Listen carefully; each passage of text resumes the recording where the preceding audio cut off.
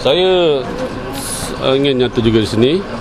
Saya harap pihak-pihak yang mengambil pemain import harus mempunyai satu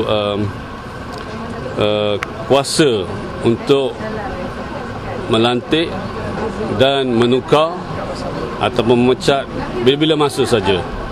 Because we want these players to play here of good quality. Kita nak pemain mereka yang berkualiti tinggi dan juga yang berdisiplin tinggi, yang boleh memacukan sukan bola sepak. Dan kalau dia tak bagus, saya harap jangan kita berleluasa lagi untuk terus mengharapkan dia. Kalau dia tidak boleh berubah, tak boleh tukar corak permainan dan untuk meningkat, it's just waste of money and waste of time. Better kita tolong pemain-pemain muda kita.